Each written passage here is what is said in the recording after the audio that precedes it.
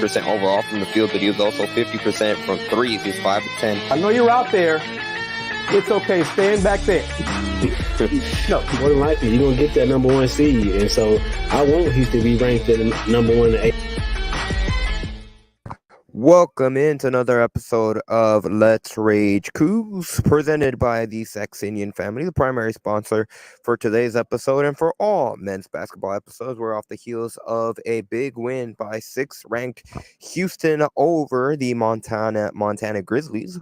Houston came out victorious 79-44, and my goodness, it was not even that close to be quite frank. Good performance by the Houston Cougars. They had a 41-14 halftime lead and were able to cruise through in the second half. LJ Cryer led the way when it came to scoring with 24 points, 9 of 16 shooting from the field, 5 of 12 on threes. No surprise that Jamal Shed led the way in terms of assists. He also had 13 points, and of course he led the team with 7 assists. And it was Terence that led the team in rebounding. He had 9 rebounds, and we'll have some clips to play from head coach Kvin Samson talking about Terence specifically his improvement and rebounding later on. But as always, welcoming in our panel or host or co-host here, Dunlap, Kris Gardner. How y'all doing? Doing very well. How you fellas doing, D? How you doing, man? You muted, man. I'm doing well, man. Another Cougar blowout, another dominant defensive showing by Houston. So let's get into it, Kris. I think one of the biggest things coming out of this game was just how efficient and how productive Houston was at taking care of the ball. They only had 4 turnovers the entire game, and it took them until nearly the 4-minute mark in the first half for them to commit their first turnover in the game. That is phenomenal. You can't ask for anything better. And after the game, head coach Samson was asked about it. He talked about how this being a much more veteran team has a big part of it. Obviously, when we're talking about the point guard that overseas and is kind of leading this entire Houston Cougars offense, Jamal Shed, who's been here and done it a little bit of times. Obviously, I joke, but what are you guys' thoughts on not only that performance on being able to take care of the ball, but overall Houston's big win over Montana on this Black Friday?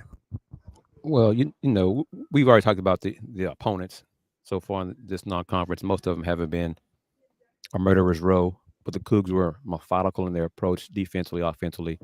And as you said, Andy, just 1 turnover in the first half came at like the 4-minute mark left in the first half. Emanuel Sharp with a bad pass. I guess he's going to try to go for alley-oop to was it JoJo or JV or whatever. But 4 turnovers is outstanding for any team, any level, because it limits the opponent's chance to score points off your mistakes. And that's a key. As long as the Cougs don't turn it over, they can rebound their missed shots and keep possession and score that way. So 4 turnovers is outstanding. 4 turnovers is outstanding, like Kris just said. And just watching that game, stop looking at the score and start really paying attention. Can they win each possession? And that's one of the things that I was watching defensively. How can they impose their will defensively and win each possession? Same thing offensively.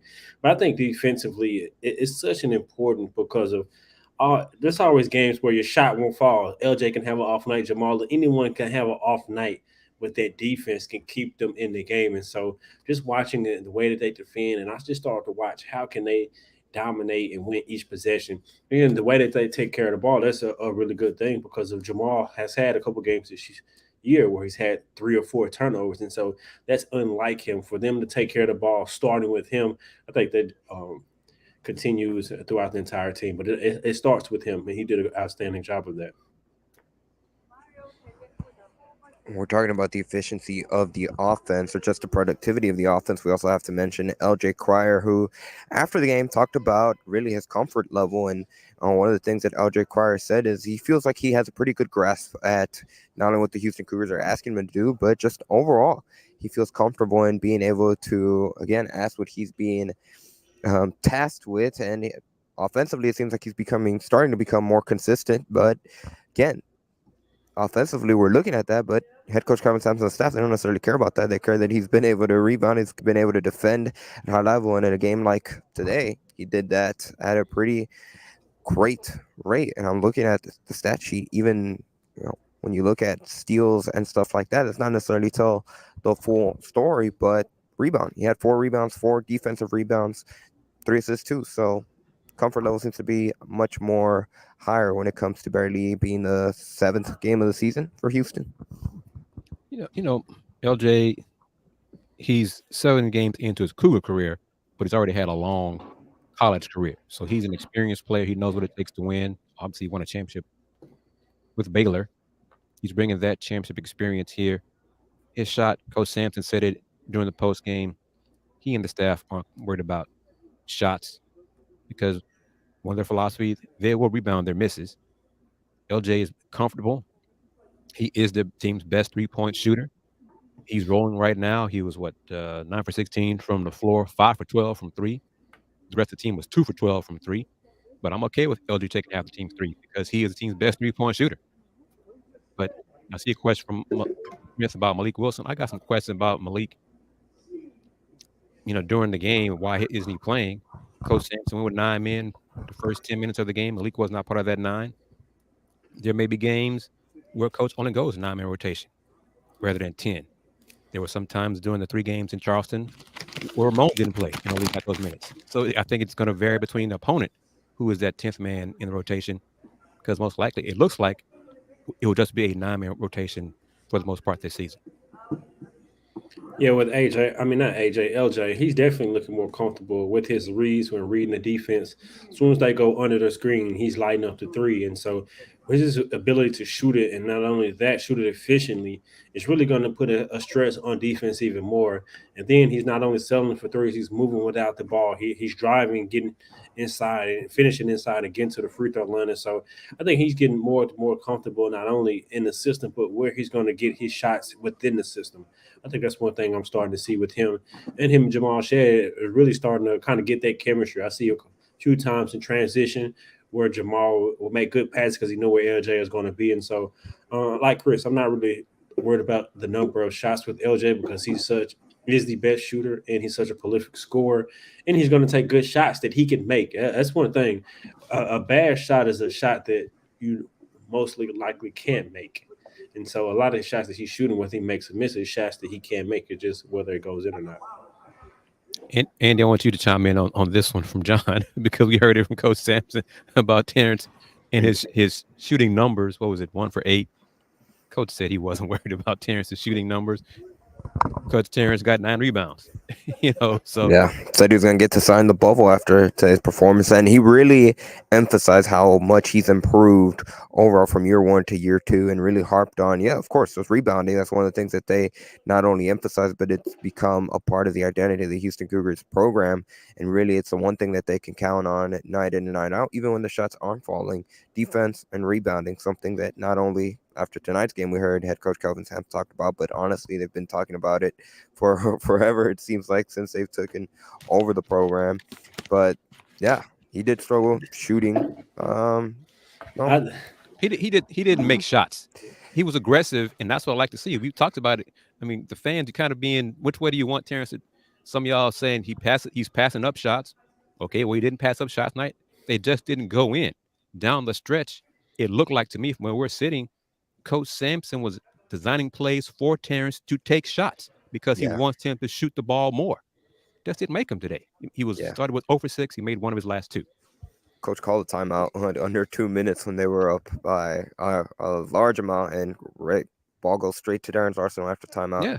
Gets a pull-up jumper. Make or miss game. Go ahead, Dan. Yeah, no, I'm just going to add on to the points that you guys made. We've talked about him being aggressive and not hesitating, and Coach Samson putting him in the isolated situations to get him the ball in his spots. And so he's getting these opportunities. I think part of that is coach talk because of the culture, and he wants him to focus on rebounding.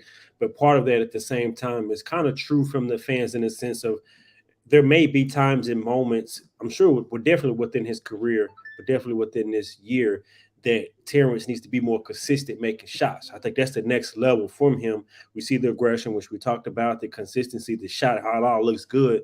Now it's about taking that step and being consistent, and that's that next step from him. And so, but I like we said, I liked everything that we've seen from him. Coach Samson trust him, is calling plays to get him in these sets, and I like that within these blowout games. That's how you build his confidence. Look, we're going to go to you within these spots. So just like him, and just like we just talked about with LJ, knowing where you're going to get the ball, knowing where you want the ball, and so now it's about being consistent in regards to making these plays and making these shots in the games.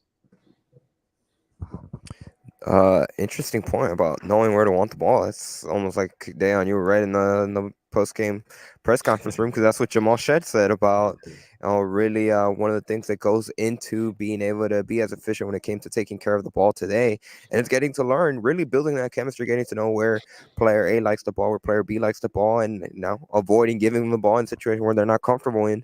So, again, top to bottom, when it comes to this Houston Cougars team, that's something they've done really well early on in the season. And I want to, agree with this about in order to comment about Jermar Mark. Hope T. Mark is doing well. Bucket's doing well. He is a winner of the Guy B. Lewis Award, so he's part of the Guy B. Lewis Award family. I'm part of that committee.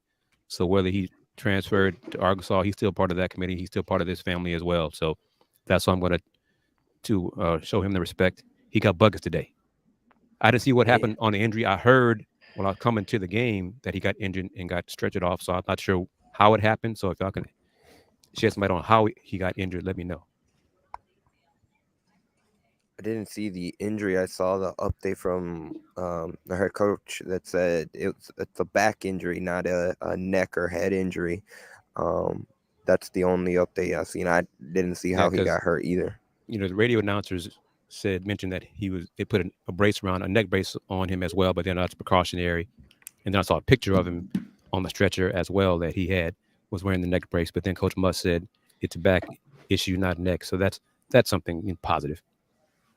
Yeah, no speculation, but like you guys said, I pretty much seen the same thing. I was watching the game, and really don't want to speculate on the injury, but his play has been stellar. He's been nothing short of stellar. He's been getting crazy buckets. He's been playing at a really, really good rate. The last couple of games, LJ as All-American, yes. First few, no. This one is kind of funny. Has a coach ever got a Tech up by 28? Coach was, I guess, irate on the shot that the refs counted as good that Coach Samson thought was after the shot clock. I think that's what he was arguing so vehemently about. And then, he went after the ref on it. And then the officials looked at it and reviewed it and turned it over. But they were not going to rescind the Tech. So he's intense. We all know Coach Samson is an intense head coach, an intense man. So, hey. One thing I want to bring up, because it's something on a night like tonight where it's very hard to be nitpicky, I guess, if there's one area, it has to be the free throw shooting.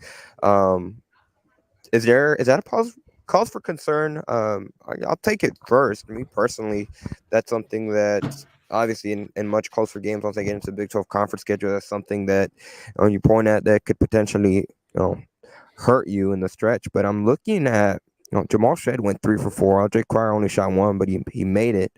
Damian Dunn 2 for 3. Jawan Roberts 3 for 4. Ramon Walker 1 for 2. Emanuel Sharp 3 for 4. Those guys, they get to the free throw line. They seem to be fine. I think the one that's more eye-popping or that maybe makes you raise your eyebrow a little bit, Terence Arsenault shot 2 for 6 from free throws. Kind of going back to a little bit of the shooting struggles. But other than that, it's just something that it's kind of become an identity of Houston. Kind of if there's something that you gotta, it's you traditional. Can't be perfect at everything. That might be the issue for this team, and I laugh about it because free throws 40 years ago probably cost the Cougars championship, and this team is shooting coming into this game. I think it was 64% as a team from the line. I'm concerned with the guards and wings who are missing free throws. If it's the bigs like JoJo, I don't think he's gonna get there too often. Arsenal going 2 for 6. That's kind of you got to, that's less than, 50%. Got to be better than that. So it depends on who gets to the line a lot, and they got to make them. Yeah, I'm not really concerned because of like the lead guards are shooting the free throws well. I think it was really only one game where almost everyone struggled. But other than that, Damian Dunn, for his career, is an 80-plus free throw shooter. LJ is a really good free throw shooter. Jamal, he's been I don't want to say a decent free throw shooter, but he hasn't been a great free throw shooter. Agreed. But he can make them. And so I'm not really concerned in regards to team. Emanuel can knock him down. But I will agree with Kris, though, for a guard like Terence, you got to shoot above 50%, 1,000%. Real quickly, I'd like to remind everybody that's watching or joining us live, this is Let's Rage Coogs presented by the Saxenian Family. Of course, I'd like to say thank you to the primary sponsor for today's episode and all men's basketball postgame shows. And of course, we also like to say thank you to our secondary sponsor, which is Star Pizza, with multiple locations across the Houston area. Star Pizza is your go-to stop before or after the game. Be sure to stop by any of their locations every Tuesday during lunchtime for an all-you-can-eat pizza buffet. And on that note, let's hear what head coach Kelvin Samson had to say after Houston's dominant win over Montana. Those starts to sort of setting the tone. Yeah, we've been getting better since Australia. None of these guys were very good in August or September. We kind of we're breaking it down. There's always two sides to the floor. There's a blue line in the middle of our practice court. It's not tape, it's paint. It's painted down. That's how important that line is. It's kind of a demarcation point in our teaching where you need to be. And the ball's in a certain area. So it's just learning principles, learning to stay connected, trusting each other, being at the right place, communication. You can always hear a good team. You can always hear a good team. If there was nobody in the gym today, and you close your eyes, you can hear Houston. And they're talking to each other about what they should be, our terminology, our bigs. A big man in pick and roll coverage, our guards have their back to him. They're facing the ball, guarding their man as a screen is coming. They have no idea where that screen is. So that 90% of most screens in college are set with the 5-man. So our 5 men defensively have to know exactly what they're doing. They can't make mistakes. It's kind of like an air traffic controller. You got 4 planes trying to land with 3 runways. What if that guy didn't talk? That's the analogy I use with our bigs. You got to talk. You got to tell them. You got to be exact. And you got to be precise. And you got to be on time.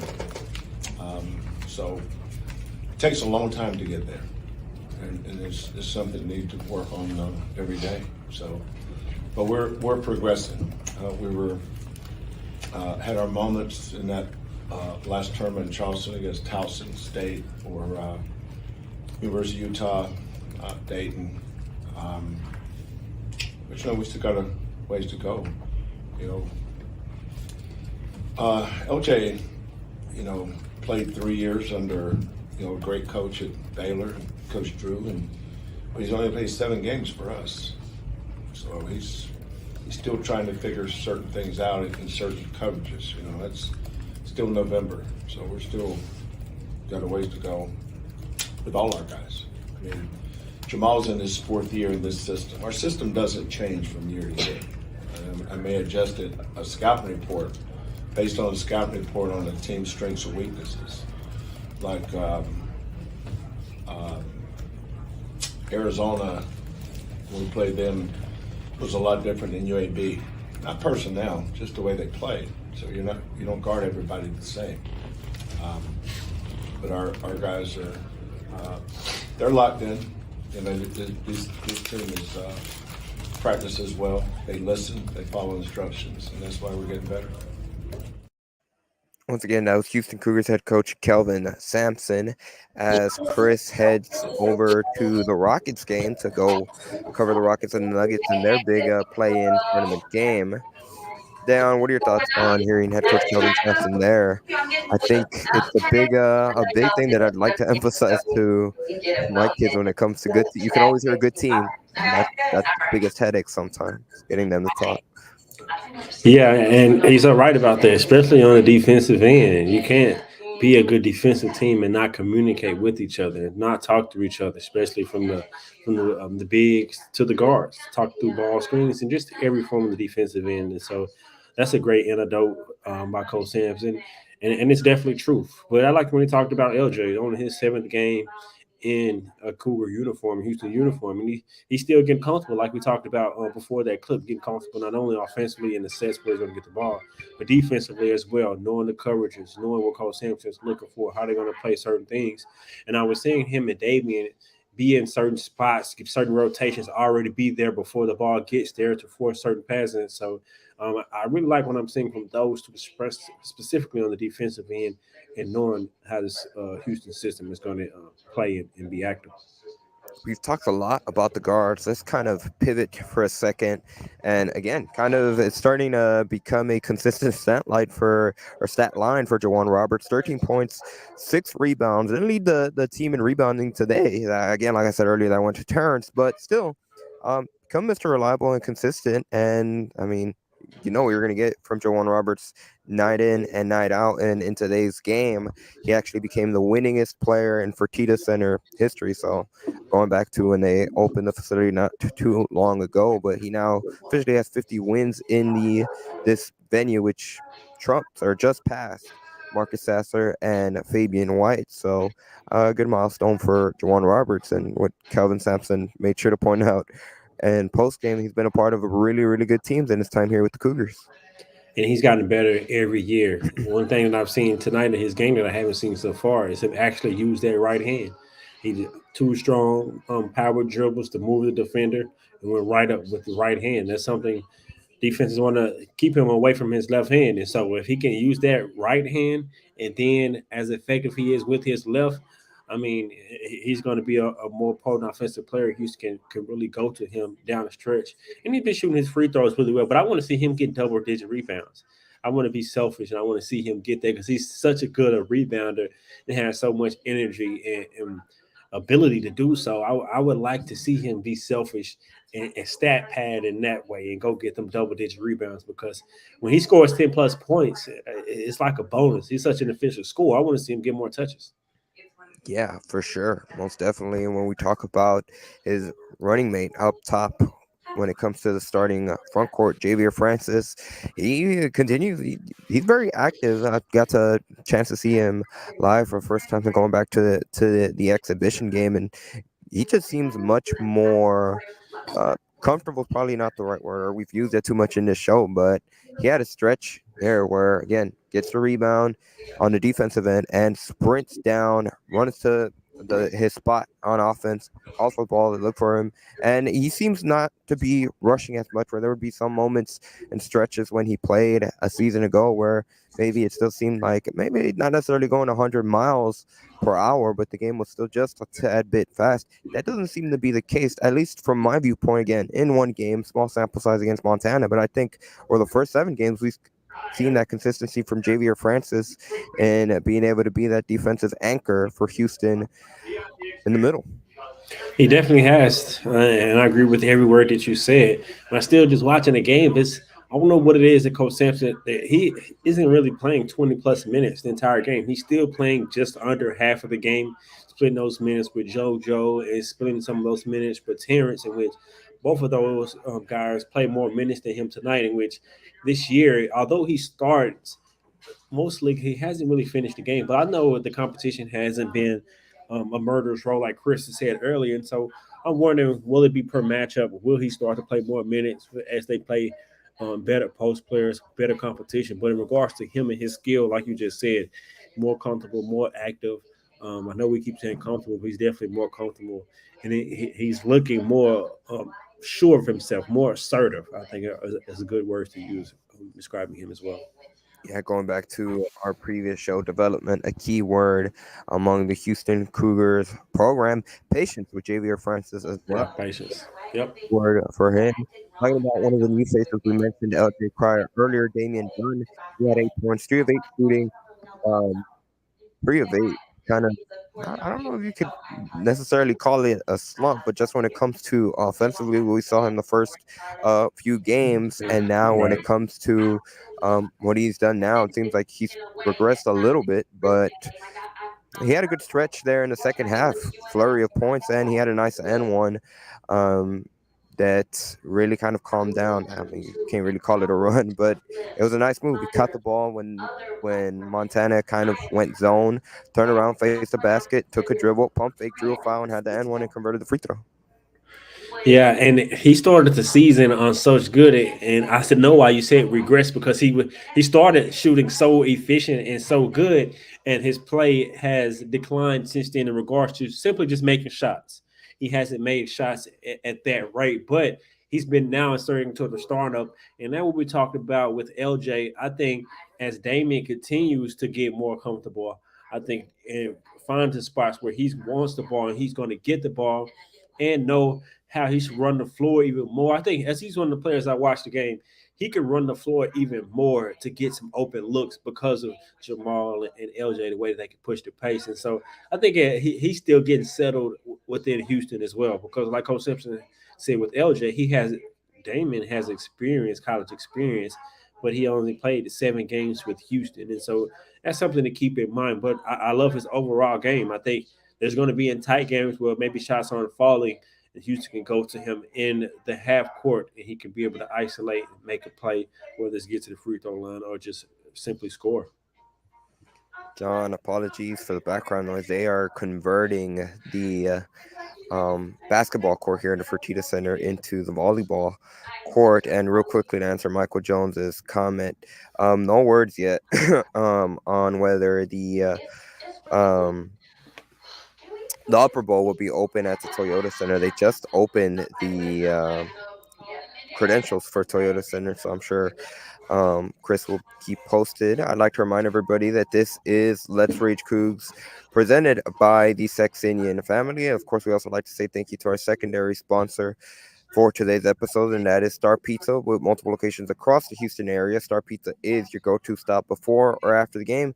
Be sure to stop by any of their locations every Tuesday during lunchtime for an all-you-can-eat pizza buffet. And on that note, let's hear what head coach Sanson had to say on Terence Arsenal following Houston's big win over Montana.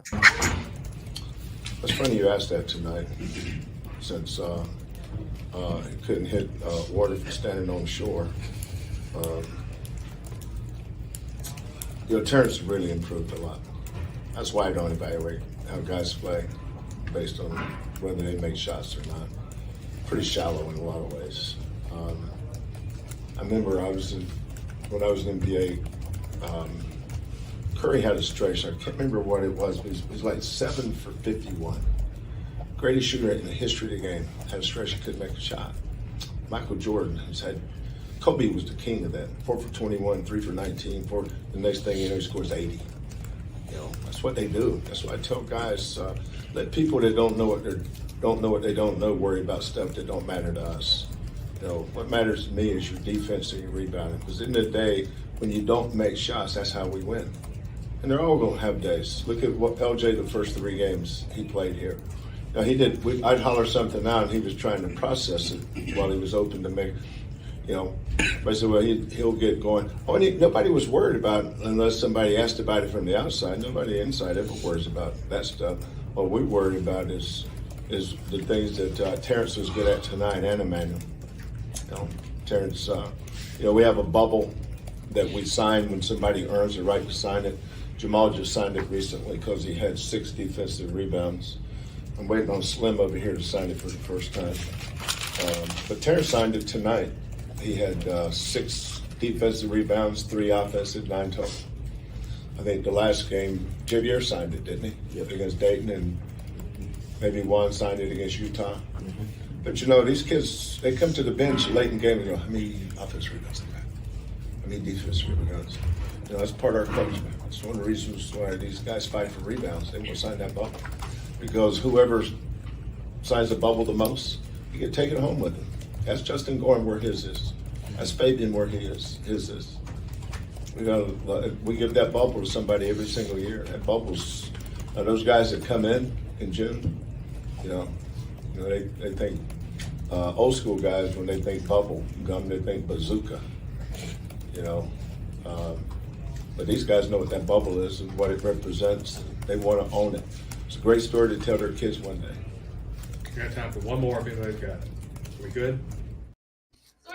So once again, that was Houston Cougars head coach Kelvin Samson. To touch on a lot of things, of course, we always talk about the bubble, but yeah, kind of focusing back on Terence, the improvement. And Dayon, like you mentioned, it's something that consistently seems like they're much more comfortable in going to him in that low block, high post area and just isolating. Let him go to work. He's such honestly, not necessarily size mismatch, but just a type of player, unique specimen mismatch when it comes to if he's being guarded by another four, because more often than not, he's going to have that speed advantage. Just how lengthy he is, that's not really going to be something that he has going against him when he's being defended by another four.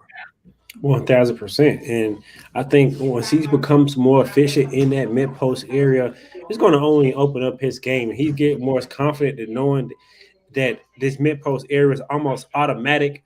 When I look at him, I see a lot of Kawhi Leonard, especially when Kawhi was at San Diego State. He wasn't really an efficient scorer, but as he developed and played more and more, you see that mid-range game is almost automatic, and he has the ability to step away and knock down a three, and he's a lockdown defender. And I think Terence has a lot of those qualities from Kawhi Leonard. And so that mid-post area, that's what I just kind of said a second ago. Once he's start making those shots consistently, and now he's becoming a threat on the scouting report, someone that you really, really have to game plan to stop.